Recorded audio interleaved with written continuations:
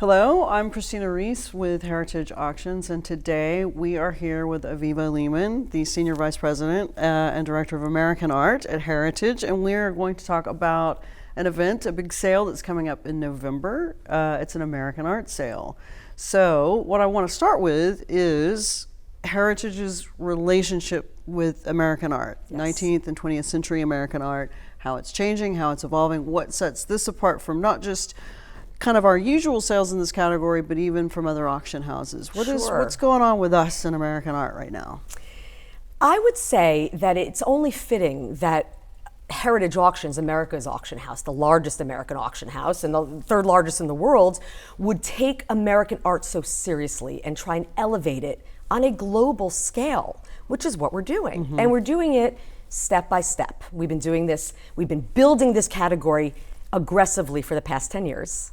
And just last season, we started to flush the format, so to speak, mm-hmm. and look at what our auction brothers and sisters at other houses are doing. And everybody in the auction world is trying to elevate American art in different ways. Right. Whereas our competitors are disbanding the standalone American art sale and moving highlights into other categories mm-hmm. with the intention of bringing in new buyers, we're going in the complete opposite direction and keeping American art as its own solid, strong, standalone category. Mm-hmm.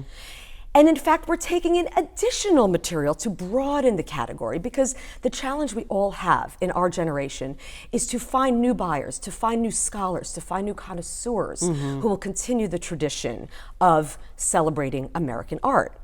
And it's happening. I mean, we now hold at this point, I'm very excited to say, my team and I, all of us together, have collected over 140 auction records in the fields. Yes. And there are certain reasons we do so well with American art. Number one, 2, and 3 is our passion and our expertise in the mm-hmm. category. My team and I were about 5 people. We together have over a century of experience in selling American art. So we consider ourselves in a way almost like the Indiana Jones of American art. Yeah. We are out in the field, we are on the roads looking high and low for real good quality American art that tells the story of our nation. Right. So what we did last season is elevated the minimum estimate for the sale. The minimum for this auction is $10,000 mm-hmm. and it goes up into the 7 figures. We put together a beautiful scholarly catalog where we include a lot of writing. We bring in outside scholars to supplement our knowledge in the field. And the product is this incredible, almost master class of American art every season. Right. So whereas last season we really focused a lot on modernism and regionalism and impressionism, this season we went in an even newer direction for Heritage and went back to basic classic connoisseurship of American art. So this auction, you'll see on the wall right behind me, we have property in the sale as early as the 1860s, right after the Emancipation Proclamation, the Civil War, and we go all the way into the 1970s. I mean, we have a Fairfield Porter mm-hmm. from 1970 in the sale, mm-hmm. and everything in between. Mm-hmm. We also have mixed media in this sale, so we have incredible oil paintings, of course, but we have beautiful works on paper, we have beautiful drawings, we have beautiful sculpture. Mm-hmm. And we really try to present this to our audience, to present and represent every genre of American art. Right. What I love about this sale, and every auction sort of comes together in sort of an organic way, one of the first big collections we got secured for this sale was this incredible collection of Hudson River School material from a private collection. Blue chip examples of, Sanford Gifford, Bierstadt, mm-hmm. Bradford. Mm-hmm. And what's really cool about all of this, the Hudson River, I mean, these are sort of the founding fathers in many ways of the entire canon of American art. That's right. So what I love about this auction, I was actually proofing the catalog this morning. We haven't even gone to press yet. Mm-hmm. But what's interesting is every artist in this sale has a different view of America. And that brings us to the title of this auction, That's right. which is Views and Visions. So, Views and Visions, it's very encompassing. That's right. And it starts here. It does. I mean, in the 19th century, you had all these incredible almost mavericks of the American landscape who chose to focus on a different area of our country. So you've got William Bradford in this sale showing these incredible iceberg scenes, you know, the wilderness, the raw, cold wilderness, like the Shackleton's expedition sort of a scene. Then you've got Bierstadt, who went out west. He was one of the first artists to go out west. Thomas Moran was really one of the first ones, but these Bierstadts have these incredible luminous depictions of California and the rough, unadulterated terrain of the West. Then you've got Gifford, the incredible luminist, and these two Giffords in our sale are from his high point in his career, from the 1860s and 70s, where he really began to experiment with the effects of light on a landscape in the Northeast. So we've got this incredible, right behind you, Christina, is a Long Branch, New Jersey scene. Incredible picture. I'm sort of distracted by it as I sit here in front of you. Well, yeah, rightfully so, right. But we've got New Jersey, we've got Massachusetts depicted here. We go back even earlier. We've got these incredible genre scenes in the sale by Tompkins Madison, who took the tradition of William Sidney Mounts, for instance, who did these incredible early genre scenes that are evocative of Emanuel Leutze, Washington Crossing the Delaware, or Spirit of 76. And what's sort of cool about this sale is that there's such a synergy with over 100 years of material between works from the 19th century and works from the 20th century. Right. For example, yes, the Tompkins Madison that I just referenced was at one point owned by Paul Cadmus. Really? How cool is that? Yeah.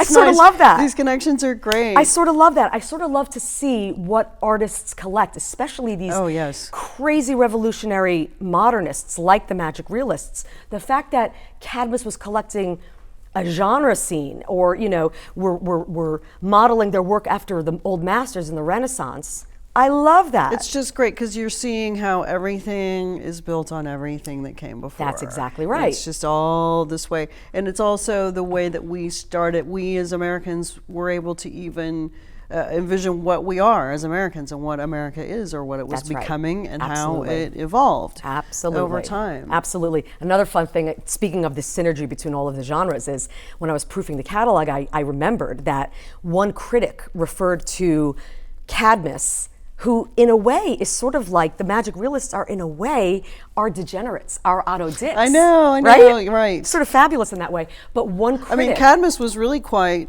oh my God. Yes, he was a little, but he just kept going. The thing is, he did not change. Never changed, was very proud of who he was. Yes. You know, overtly out and proud, gay man, celebrating modern art, modern music, modern dance. Freely and openly on Fire Island with Jared French and Fidel McCadmus and Margaret French and George Tooker, of course. But one critic referred to Cadmus as the skewed Saturday Evening Post illustrator. I saw that. Which is sort of fun, right? Yes. I know, because we have Saturday Evening Post covers in this sale as well. Well, we'll get to that. We're going to get to the illustrators. We would not have a heritage auction without incredible illustrations. Absolutely, obviously. and Saturday Evening Post being sort of the apex That's of right. this. So, do we want to talk about Ashcan School as part of this 19th or 19th and early 20th century work before we get into the magic realism? Sure. Let's do it. I love Ashcan. Yeah, I do too. George Bellows is one of my favorite artists of all time. Me too. You know that. I know. We've discussed this so many times. The rigor that he portrays, not only in his figurative work, but even in his landscapes. I love this landscape. It feels alive, doesn't it? It feels absolutely. primal. It's very muscular. It's very robust. Yes. I like that. It's muscular. Yeah. Exactly. It kind of comes at you. In like shape and form. Exactly. And the Ashcans, in a way, were the first degenerates before the magic realists. That's right. So we are lucky enough to have a beautiful group of Ashcan in this sale. We've got Guy Pendubois, really cool works. I mean, one of them is a mural that he did for the Jumble Shop in New York, which was this very cool bar on 8th Street that Pendubois was associated with. So we've got 3 incredible works by Guy Pendubois in the sale. We've got the Bellows landscape, of course. We have a beautiful Ernest Lawson, wintry, sort of gritty-looking New York scene of the Harlem River. Right. So all of them together tell an incredible story of what was going on in the early 20th century in New York. And then we start to move into modernism. We start to move into this group right here, Tooker, French. Let's talk about these guys. And how Heritage in a way is really going for it. I mean, starting to focus on this and really pull it out. We are, and you know, we're pushing the envelope. In our last season, we had this incredible George Tooker, one of the best to ever come to market, and the market responded. We set a new auction record for George Tooker. That's right. In our last sale with Sleepers. It sold for $615,000. Beautiful. Beautiful. And I'll be honest, you know, when we offered that picture, I'm always nervous. You know, we pushed the envelope pretty aggressively at Heritage, where we go into areas that we are not necessarily known for. You know, magic realism has not been traditionally in our wheelhouse at Heritage, but we sort of learned that all of American art is in our wheelhouse because we do it so well. So we built on the success of that Tooker. I very actively searched for material by all three of the magic realists to represent in the sale. Right. So we have, and at every price point, I must say, and that is something that we continue to strive for in every auction. I do not believe that we should only sell material in the 6, 7, or even 8-figure range. I feel very strongly that we should always offer material even in the $10,000 price point, because I want everybody to be able to participate in our sales. And that sort of goes back to the philosophy at Heritage Auctions. I just learned something very cool about Heritage, that our founder, Jim Halperin, who's a big American art collector in his own right, sort of a genius in his collecting, told me once, and I asked him, is this really, you really did this? He said, yeah, it's true. Jim Halperin said that when he founded Heritage in '76, and we eventually proceeded and diversified into different categories and were the pioneers in the online platform of collecting, he said he wanted Heritage to almost be like the Fidelity of collecting, to be able to collect, to trade stocks in your own home. He wanted to bring collecting into the home of the everyman. Right.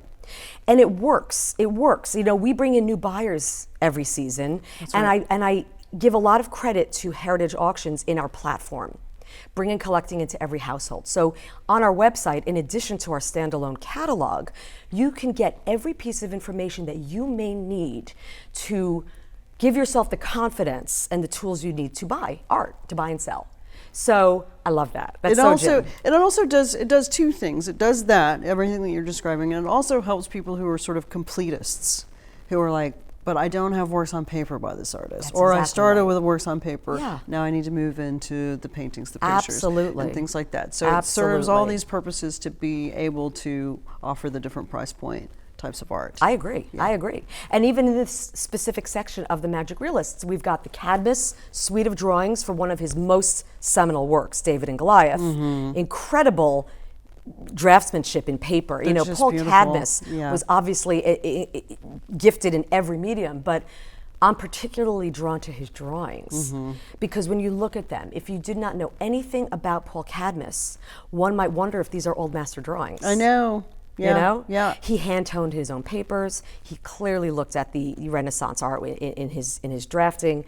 And this is an incredible group of works that show different aspects of his final work. And I really have always loved studies because it's sort of a window into their psyche and into their thought process in creating the final work. There's an intimacy there, and it feels like you're with the artist in their process. That's one of the things that lends studies, I think, so much of their charm and their charisma is it feels like it's not just the finished product, it's you're there with them in the process. Absolutely. As they're doing Absolutely. it. I mean, that's what these feel like. Absolutely. The intimacy is incredible. Incredible. And seeing them all three together, there's a magic to them, I magic know. realism. But even the one drawing of his hand, that's Cadmus's hand holding all of his tool brushes, that's a self-portrait, you know, and that's how he identified himself more than his beautiful face. And he was gorgeous, by the way. Little known fact, Cadmus was a model for Banana Republic in the 90s. How cool is that? How cool is that? I didn't know that. I know. Wow. I love that. Yeah. I know. John Anderson told me that. John Anderson was a muse to Paul Cadmus, and I was lucky enough to work with him decades ago at this point when I handled material from the estate of Paul Cadmus. That was like a career high moment, but I learned a lot from that experience and hearing firsthand stories about Paul Cadmus, because everything these magic realists did was about their art, was about their celebration of what they were doing. So we've got the Cadmus works. We have these two George Tooker temperas that are really interesting to see side by side. It's almost this little masterclass in Tooker, because The work on the left is called Tree. And this is a work from the 60s. It was painted in Vermont, at his home in Vermont. And then you've got this work on the right, which is called Curtain X, and this was done in New York in the 80s. So it shows slightly different vantage points, slightly different stories, different narratives, but they both have this mystery, this mysterious quality to them, where there's an androgyny, there's a little bit of a anxious confusion about what really is going on. There's a zen quality to them, but at the same time there's this unnerving quality because you never quite understand what's going on. There's what's advancing and what's receding are playing with each other the whole time. They're doing this. It's like this dance. So it's sort of moving, and yes, it keeps you on your toes. It keeps you on your toes, and at the same time, and yet they're serene and they're beautiful. They're serene. They're easy to live with, even though they're difficult pictures. And you must also focus on his incredible skill in tempera. I mean, these are done in tempera. I know. Egg tempera. What a painstaking when technique. I read that about that, I was like, oh my gosh.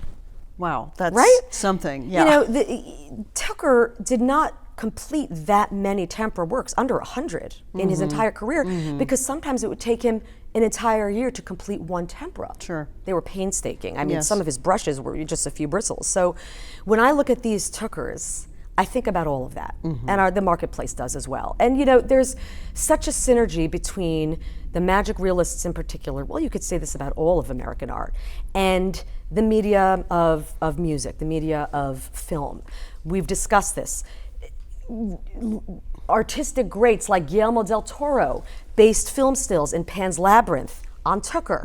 You've got Steven Spielberg basing film stills on Rockwell. You have got other cinematographers who base film stills on the Hudson River. So when I look at these pictures, I think about how relevant they are today as when they were painted 150 years ago. And that's what makes great American art timeless and classic. And that is why I believe many more people are coming to the collecting category of American art that were not traditionally American art collectors. We've got new collectors coming from Germany, from Japan. It's happening slowly. Right. Our goal, our heavy responsibility at Heritage, which I plan to do for many years to come, is to bring in new buyers and new collectors. You know, look, we are seeing American painters on the walls holding exhibitions at the Met now. I mean, this is the Met. You think of Degas, you think of old masters. They're doing Helen Frankenthaler now. That's incredible. What is the appeal? What is the international appeal of American art to a German collector, a Japanese collector? Good question. I think that a lot of this has to do with what everybody is doing at all the auction houses with American art. So when you put a Jacob Lawrence, for instance, in a contemporary sale, in an evening sale, all of a sudden you're looking at what he's doing in a sociological way, which is important globally. You know, Harlem Renaissance, the plight of the African American in America at that time, in the 40s, in the 50s, that is something that is appreciated at this point on a global stage. I mean, when you look around at what's the big ticket items at every house, you look at the big ticket items at the Venice Biennale, these are material by a lot of American artists, by Black artists, by women artists. You look at artists like John Curran, who is looking at, Americana and Old Masters when he's conjuring his images. You look at someone like Fairfield Porter, for instance. Why is Fairfield Porter not seeing the same prices as David Hockney? I don't know. But for a long time, Fairfield Porter has only been sold in the American sale. But now you see them, major works by Fairfield Porter, going into the contemporary art sales. That's right. And Milton Avery going into the contemporary art sale. I mean, Avery directly influenced Rothko. Thomas Hart Benton taught Jackson Pollock. There is such a synergy between the greats, the artists that are selling for $50 million now. Why are those artists getting those prices and American art not there yet? I think they're going to get there. The shift is happening and you can feel it. The shift is happening. I mean, for magic realism, I still think is woefully undervalued. Well, we need to talk about this French. Oh God, could you die? Yeah, I want you to tell us about it. Jared French is one of my favorites Okay. of the magic realists, and his really great examples by French do not come up at auction very often. Exactly. I mean, Jared French is having a moment as well right now. One of our competitors just sold one last year or 2 years ago for over $1 million. It's happening. And this Jared French is in, it's also a tempera. I love it. It's called Painting and Sculpture. And I love the title. I know, it's incredible. There's so much to see in this picture. I mean, it's a Fire Island scene. That's Fire Island. And let's not forget that Fire Island was a breeding ground for creativity. I mean, Ernest Hemingway wrote on Fire Islands. Celebrities today are going to Fire Island all the time. Absolutely. Fire Island was a place where the pajama party, that's what they called themselves, the pajama party. Pajama, Paul, Jared, Margaret French. That was a little name for themselves. They would just go, they would live, they would talk, they would drink, they would dance, they would study together, and they would create these incredible works. And what you have here is French's very mysterious interpretation of two men, naked, of course, these incredible Adonis-like bodies from the back, very provocative when you think about when this was painted. And one is painting, one is working in painting, and one is working in sculpture. Yep. Now, the work on the right, the painting, is actually modeled after Margaret French, who was a beautiful woman with red hair. So it's a very personal work. But it also shows the difference in artists' chosen medium. What I see here when I look at this French is, this is Jared French saying, you do what, be yourself. Do what resonates with you. If sculpture is your medium, that's where you stay. If painting is your medium, that's where you stay. But to me, this work goes even further because to me, it's a study in contrasts. Painting versus sculpture, blonde versus brunette, man versus woman. You also have these works, my colleague Marianne, who's an incredible scholar, pointed out to me, and we include this in the essay, that the figures, the sculpture and the painting are based on antiquities, the kouros and the kora. Right. And once she said this to me, I looked it up and I said, holy cow, that's exactly what Jared French was doing. So this is a nod, again, to the tradition of art in every generation for centuries. Yes. You've got references here to the Renaissance. You've got references here to antiquities. You've got references here to the American terrain. You've got references here to homosexuality, to sexuality. Anybody can appreciate this work, whether you're young, old, gay, straight. Even to landscape. 100%. Yeah. So there's so much to see here. This is a very special work. It is a very special painting. I mean, it belongs in a museum, to be perfectly honest. Right, right, right. I hope a lot of museums pay attention to this sale. And we've been selling more and more to museums at Heritage. To me, that says a lot about what we're doing here. Because we are all in the same boat, whether you're in the for-profit or not-for-profit worlds of American art. We're working together to raise the scholarship. And it means that museums are also reassessing things and moving in a certain Yes. the shift that we're talking about that I say that we can feel is happening not just amongst collectors. That's right. It's happening in institutions. That's right. Yeah. That's right. That's right. So let's take a hard look at our history and start to consider what's valuable in a new way. I want to take it all apart and build it up again. That's right. And that's what we're doing That's at what Heritage. it feels like. Yeah. So one of the things that we do in this this event is illustration. Let's talk about how illustration relates to what we've been talking about and what it means in this particular sale. Also, this is a small sale. How many lots are in this sale? It's just about 90 lots. That's right. And so two things then. Let's talk about why we keep this tight, and then illustration. Yes. So last season was the first time we did this, where we broke away and created different categories of offering American art throughout the year. So in addition to this standalone brick and mortar sale that we're holding, which will have a live auction on November 17th, where we will hold previews and a celebration of American art with lectures, not only in Dallas, our headquarters here, our beautiful headquarters, but also in New York and Chicago, which are incredible American art collecting towns. We wanted to, I don't want to say skim the fat, because material valued or estimated under $10,000 is still incredibly important in our field.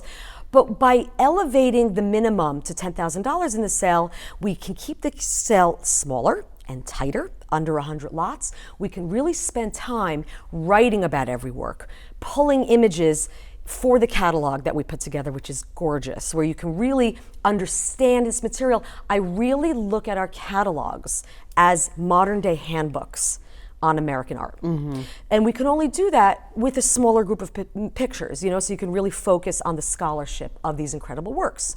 So we've got the standalone American art sale, but in addition to that, the following week of the sale, we also hold what we call American Art in Focus, which is our online auction of incredible material, just as good as this at a different price point. Of property, all American art, paintings, drawings, sculpture, some prints as well, in sort of the $2,000 to $10,000 range. And that's there for clients. We want to be able to give our client base and new clients a reason to come to Heritage every day to see what we have discovered in American art. And in addition to the In Focus American Art Sale, we also hold every month this very cool sale online called Fine and Decorative Arts, where it's sort of a mixed bag of not only American art, but European art, design, glass, and it shows everything together because there's such a synergy between all of that in a more decorative price point.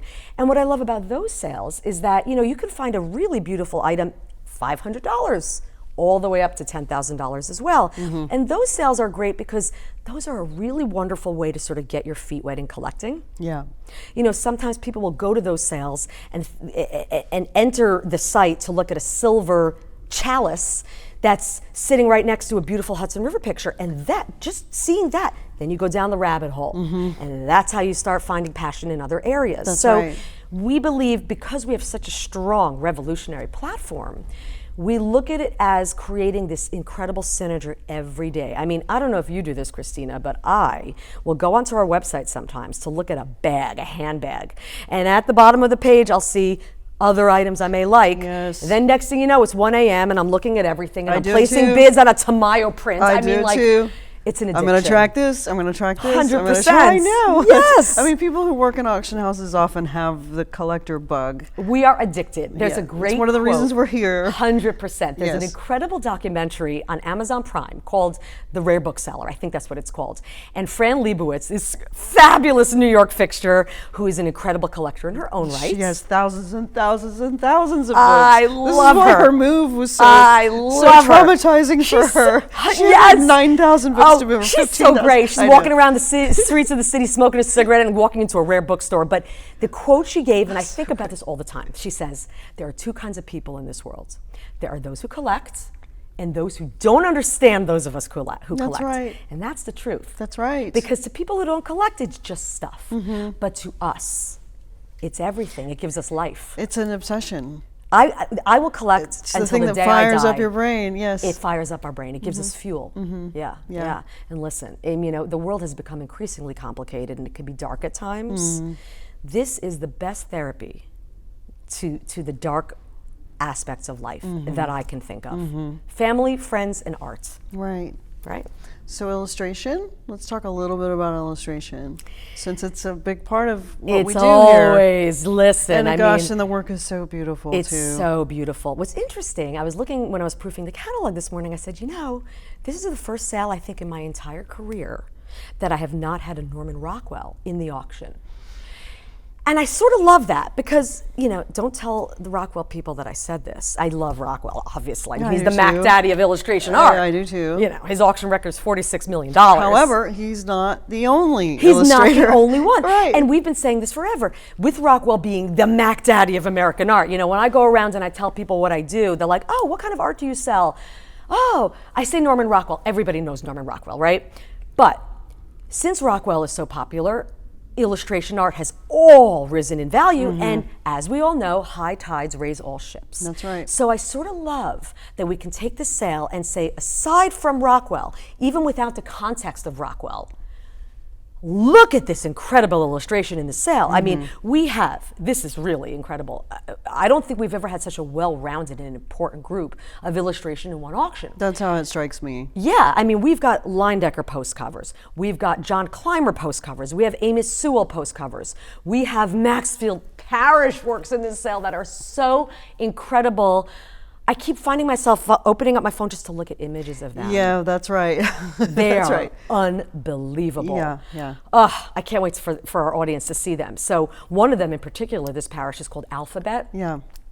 And it again, what I think about this picture is a scene of one of Parrish's sons, Dilwyn, sitting in the middle of a swirl of letters. And when I look at this work, number one, it was an homage. It was sort of a love letter that Parrish created for his son who was dyslexic. And it is a embodiment, it's a visualization of what dyslexia might feel like to someone in their mind, swirling letters. And I think that's beautiful because, you know, dyslexia is as timely now as it was when it was painted. Same thing as, you know, one of our Bierstadts is a scene of Owen's Lake, which was, you know, there was a whole, it comes back to this concept of conservation, land conservation, because Owen's Lake ended up leading to this huge drought in California, which leads to, it led to something called the California Water Wars. I learned this when I was researching the picture, and I thought, wow, I mean, this picture was painted in the 1870s, and it represents land conservation. That's timely to me. Or struggling with your identity, a George Tooker. So timely. And that's what I love about illustration and American art in general as well. It tackles heavy subjects that are not always difficult to talk about, but presenting them in an image leads each viewer to interpret it in a different way. These are just timeless and universal. It's the human condition. It's the human condition, yeah. Yeah. But to go further in our illustration section, we also have incredible material by children's book illustrators. So we have a beautiful, one of my favorite Ludwig Bemelmann's Madeline. Yeah. It is incredible. It is. I was doing some research on that one yesterday. Oh my God. Yeah. And Madeline, and Bemelmann's is very different than Sendak in the way he approached his illustrations, and we have both in the cell. We have Bemelmann's and Sendak who each wrote their stories and illustrated them. They did them both. And whereas Sendak, they were both very personal illustrations, whereas Sendak based his monsters on his old Jewish immigrant uncles who used to squeeze his cheeks and say, "I want to eat you," you know? And that's how he came up with this incredible concept of monsters named Moish and Bernard who want to eat children, but it's still a joyful, delightful, comforting story. You've got Madeline, Bemelmann's Madeline, who's based on his wife. That's right. His redheaded, beautiful wife. And he was so meticulous in how he created his illustrations. I learned this in reading about Bemelmann's. He spent months and sometimes years perfecting his stories. He would create almost test groups of children to read the books, much like Guillermo del Toro and Lucas and Spielberg would do for their films. Very thought out. These are not quick studies that someone just put on paper. These are very well thought out. And our Madeline is from the book Madeline's Rescue. It's not his first book. It was done in, I think, 54, 55, whereas the first Madeline came out in 39. But this is a very important book in that this is the book that won Bemelmann's the Caldecott Medal. So it's extremely important in terms of his body of work, and it's incredible. I mean, the whole image is just color and narration to every corner of the page. Right. I love it. And it's actually the first book where Madeline's dog made a feature. So yeah, it's so cute. And it is in the image. So cute. I know. I was like, look at that. I know. I know. And then to round it all out, we also have this incredible Jessie Wilcox Smith, who is a great woman of the golden age of illustration. There were only 3 women in that whole scene. So we've got women featured. We've got children's book illustrators. We've got the classic golden age illustrators. We even have, just to make a segue into Western, this incredible artist, George Delano, who is known mainly as a Western painter, but little known fact, he started in New York as an illustrator, and he studied under N.C. Wyeth and Dean Cornwell. So we've got not only an incredible Delano in the cell, a classic Western scene by Delano, who paints these very modern depictions of the American West. They're very groovy. But we have in the cell 2 very early illustrations that if you didn't know that they were by Delano, you might wonder if they were by Dean Cornwell or Mead Schaefer or even N.C. Wyeth. And we have an N.C. Wyeth in the sale as well. That's right. So there is the entire sale of 90 lots. They really speak to each other. They really, really do. Speaking of Wyeth, we also have this very cool section. I could talk all day. In only 90 lots, we can have a whole 3-hour talk about this. I know. It's really sort of incredible. I know. Because what we also have is this group of the Wyeths in the sale. Yeah. So this is sort of the royalty of American art. It's very Absolutely. groovy. Absolutely. It's very groovy. So to see it all together is just, it's very rewarding for all of us to present this to the collecting world. Right. So November 17th, one session, one intense session. One intense session, and I hope to God that, you know, in all universe feeling, everything in the world, all energy, that this sale is as successful as our last season. Because let me tell you, our last sale had 68 lots. I think it took us 3 hours to sell because we had so much bidding. It's exciting. It is exciting. And to me, the prices realized on our sell-through rate, which are incredible and the best in the business, I might say, to me, that's not the only success of this category at Heritage. Because when we see big prices and we see big participation, to me, that really represents a celebration of American art, period. I love that we are finding so many people as enthusiastic about American art as we are at Heritage. And we're not just participating. Heritage is actually helping shape what is happening. We have become the house to watch with American art. That's right. Yeah. right.